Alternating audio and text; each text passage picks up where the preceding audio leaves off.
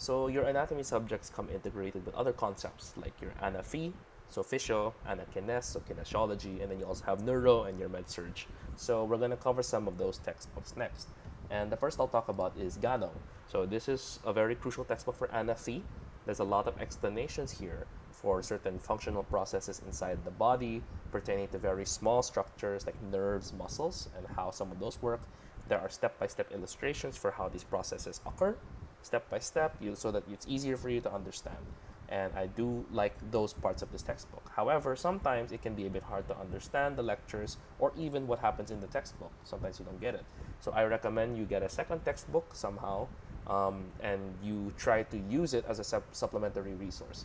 In my case, I had a Tortora book on hand, Principles of Anatomy and Physiology by Tortora. And this textbook helped me understand things that I did not understand from Gano sometimes.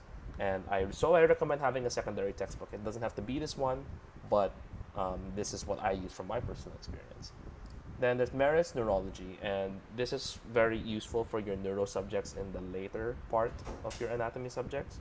And unlike the others, this one is very geared towards neuro conditions, neuro concepts. So it might not be the easiest thing to understand, it's not the easiest thing to read. I do recommend it because it will teach you a lot of the things you need to know later on. And finally, you have Norkin. And Norkin is core to your anatomy and kinesiology, the kines part of it.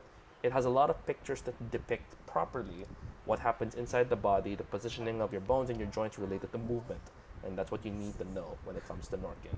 So, yeah, I recommend this book wholeheartedly if you want to understand some of the kines concepts a bit more.